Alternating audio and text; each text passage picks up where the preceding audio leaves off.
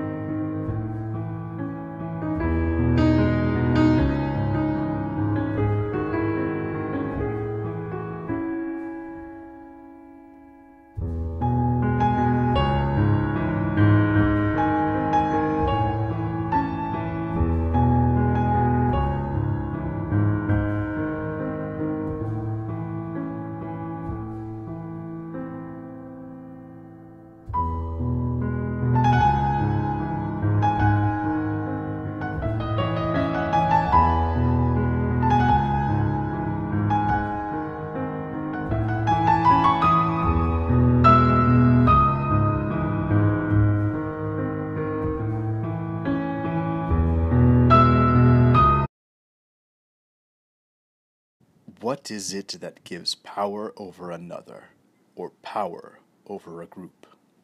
A prominent philosopher in the late 20th century said, "For each person there is a sentence, a series of words which has the power to destroy him. Another sentence exists, another series of words which will heal the person. If you are lucky, you will get the second, but you can be certain of getting the first. That is the way it works." On their own, without training, individuals know how to deal out the lethal sentence. Some learn to use this power effectively, exercising incredible influences over those around them.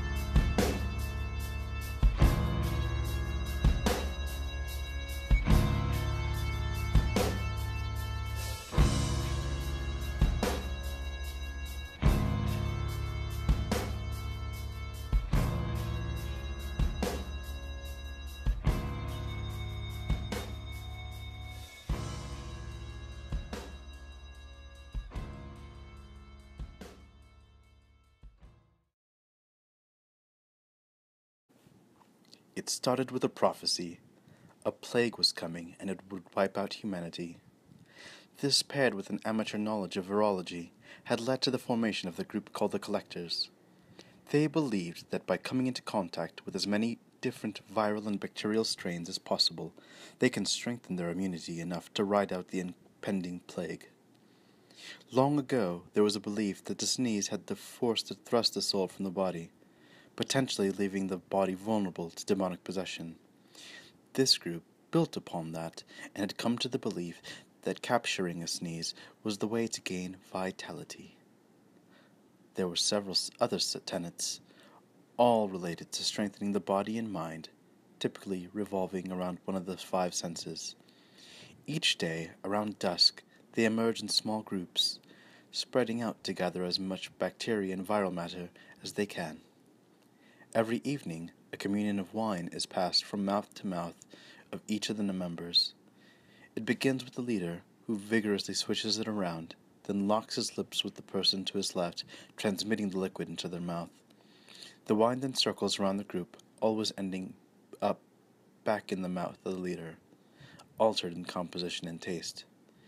Through this communion, they spread to each other any viral components from the day's round of infections.